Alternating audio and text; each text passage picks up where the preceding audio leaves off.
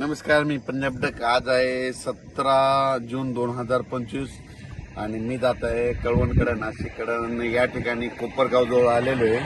तर पाहू शकता मकाचं पीक उगून आलेलं आहे आणि काही काही ठिकाणी इतका पाऊस झाला की त्या ठिकाणी म्हणजे वापसा देखील नाही. तर अशी परिस्थिती झालेली आहे आणि काही भागामध्ये पाऊस कमी पडलेला आहे. तर राज्यातल्या सर्व शेतकऱ्यांना सांगितलं होतं की राज्यामध्ये आता म्हणजे 20 तारखेच्या नंतर पावसाचा जोर ओसरणार आहे, म्हणून हा अंदाज लक्षात यायचा.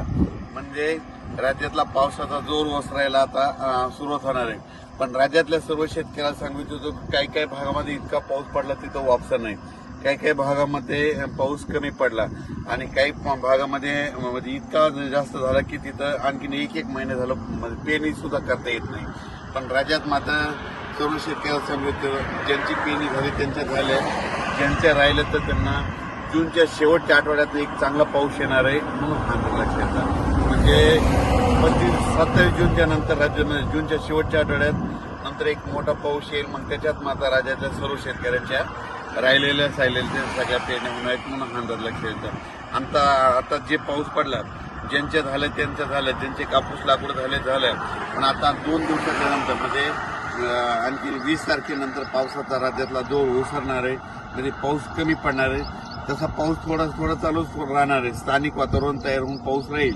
पण राज्यात असा जी इतका मोठा पाऊस पडत होता त्याचा पाऊस आता कमी होणार आहे, म्हणून हा अंदाज लक्षात आहे. आणि पाहू शकता म्हणजे इतका पाऊस झाला आता मध्ये की ठीक आहे मका उगून आलेली आणि इतकं पाणी आणखी वापसा देखील इतका पाऊस आहे. म्हणून राज्यातल्या सर्व शेतकऱ्याला सांगू शकतो आता 2 दिवसानंतर म्हणजे 20 पासून राज्यातला पावसाचा जोर ओसरायला सुरुवात होणार आहे. जास्त